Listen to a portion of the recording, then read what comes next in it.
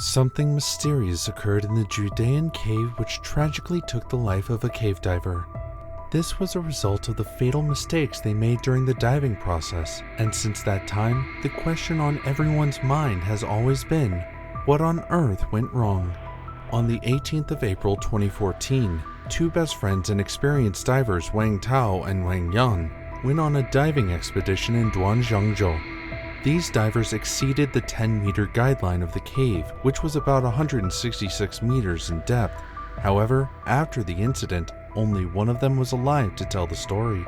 Before going into the full details of the story, let me tell you a little bit about Duanzhangzhou. Duanzhangzhou is a city located in the countryside of southern China, made up of fresh perfect rivers, streams, and hills, and a good number of divers are usually drawn to the splendid appearance of its hills, rivers, and caves. The formation of the underwater cave and its ravishing sight provides excitement to these divers, hence it is regarded as one of the most pleasant sights for diving. The area has a large landmass which is also part of South China Karst system, marked out as a UNESCO World Heritage Site in 2007. However, this area houses underground rivers that are more than 10,000 kilometers long. Talking about the Judean cave, navigating through it is not an easy one due to its location in primitive or rural mountainous areas, and it has no global positioning system, GPS, for easy assessment. However, one could only navigate through it if properly guided. The first Russian divers arrived in the area in the 1970s, and then British and French teams began exploring the caves in Duan. Size-wise, the caves differ. Some contain beautiful stalactites and stalagmites, while the deeper passages have smooth walls sculpted over millions of years by water movement. In the city of Duanzhangzhou, China, there was an underwater cave known as the Judean Cave. This cave exceeds 259 meters in depth, and due to its fluctuating and irregular water levels, it is generally believed that the best time to launch a diving expedition is between April and May or October and November because access to this very cave has several challenges. However, these two experienced divers, who had their first diving experience in 2010, were keen to set another record for themselves. This quest led them to inquire from a diving record holder Pascal Barnaby to plan for another diving expedition, totally unaware of the disastrous fate that awaited them. On that fateful day, they launched into the deep with a support diver called Jupiter.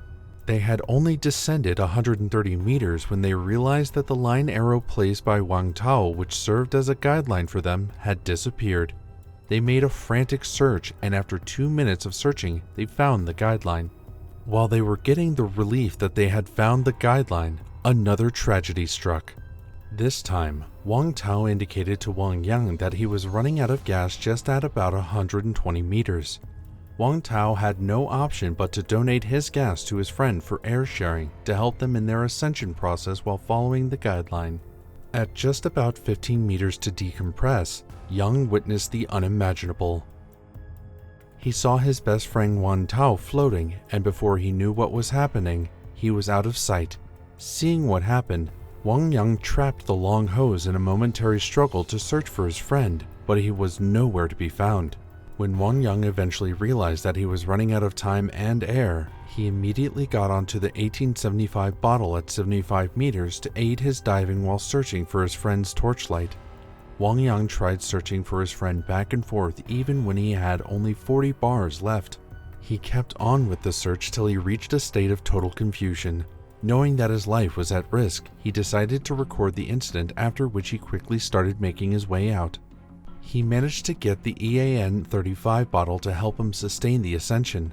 While making his way up at about 21 meters, he encountered their support diver, Jupiter, and he immediately signaled to him what had happened. In that state of shock, Jupiter decided to go looking for Wang Tao. But his search turned out to be futile, and it was at this point that he concluded there was nothing else that could be done other than to leave the cave.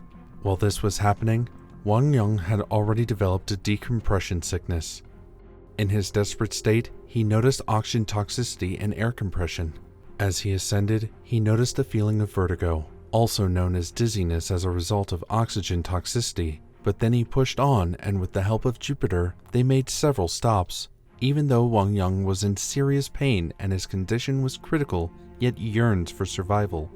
2 experienced divers might have gone down the hole, but only one of them lived to tell the story, which was the most heartbreaking part of all. As a result of the dizziness, Yang vomited severely, even when he tried to reach the EAN-50 through the long hose to alleviate the pain.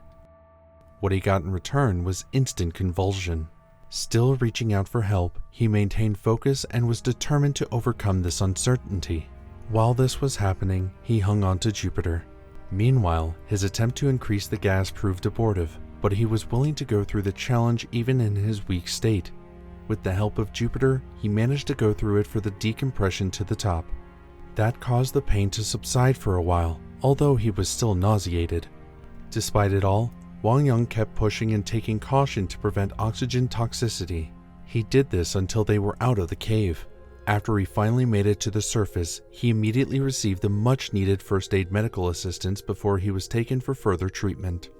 While they were on shore after the rescue, Wang Yang was given assistance by people who were around the cave.